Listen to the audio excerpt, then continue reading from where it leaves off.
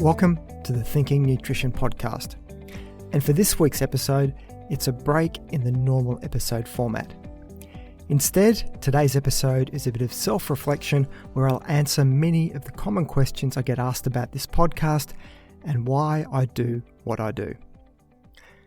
I started the Thinking Nutrition Podcast in January of 2020, inspired by colleagues who were already doing great things in the podcasting world and getting huge reach. And I've kept to a weekly episode format for the entire time since then. So, the big question, why do I podcast? Simply, it's a great medium for me to communicate through. And the podcast format itself works well for many people as you can dip into and out of episodes at any time of the day or night with only your phone needed to stream the audio. All done while you're walking, pottering around the home, driving or commuting, or wherever you happen to be.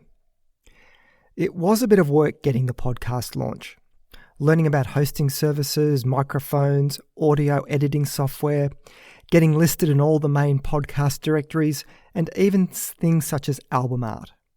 But once the learning curve was climbed, then focusing on the actual weekly episode content was the easy bit, which here is mostly a brain dump of my almost 30 years of research experience in the medical and nutrition field, plus the experience of a lot of media and social media comms in explaining that research to the public.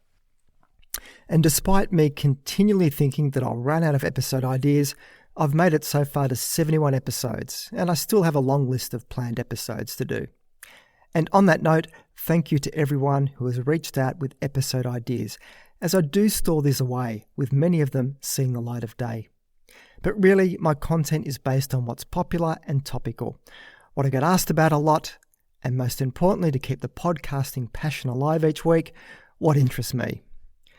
The work involved each week in putting out a new episode is well worth it when I see this podcast has been placed in the top 10 of all nutrition podcasts in Australia since launch, and ranked in the top 0.5% globally for all podcasts, so it's doing really well.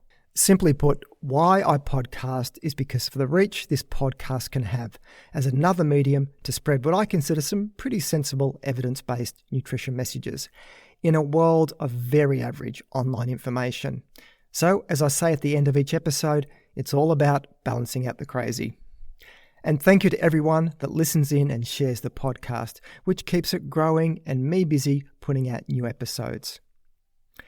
So you would have noticed that all my episodes have just been me doing solo presenting.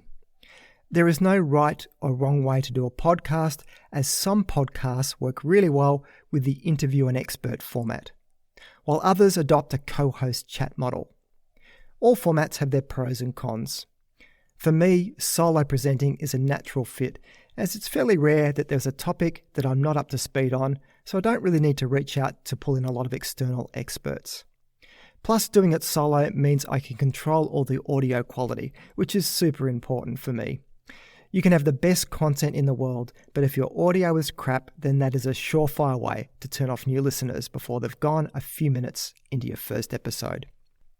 It doesn't mean that I won't do interviews in the future, as there are some great people out there I'd like to chat with. So watch this space. But with solo presenting, I can get to the crux of most episode ideas in under 20 minutes and you're done. Something else I've received a lot of positive feedback on is how this podcast is free from any advertising or affiliate marketing of products. Now, firstly, I have no issue with podcasts that advertise as a way to earn some income, as there is a lot of time and effort that goes into podcasting.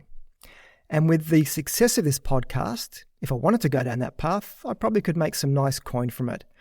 But it will never happen. Ever. There is already enough overt conflict of interest in the nutrition world, and I want to keep this podcast as neutral and unbiased as possible. Of course, I am biased by my scientific background and the lens I view the nutrition world through. Every person is biased in one way or another, and it is a deluded person indeed who thinks they are truly unbiased.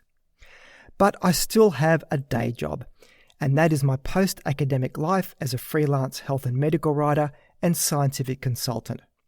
We all have to eat, and superfoods ain't cheap. Jokes. And yes, that also means I have conflicts of interest that I have to manage from some of the consulting work that I do.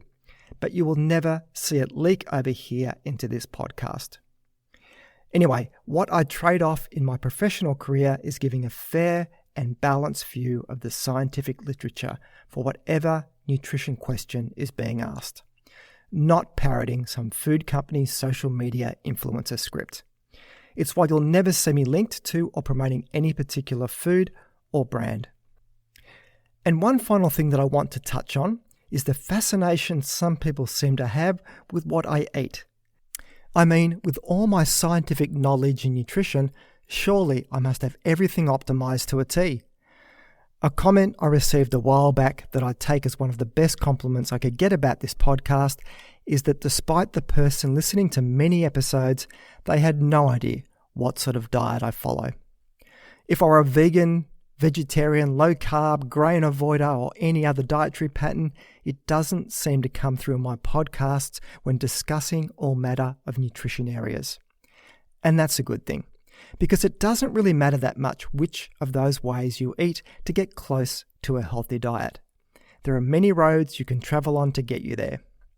It is getting the basics right of eating mostly plants and as close to the natural state as possible, not having a lot of highly processed foods and added sugars, and if you choose to eat animal foods, then maybe the only thing to look at is not having a lot of red meat.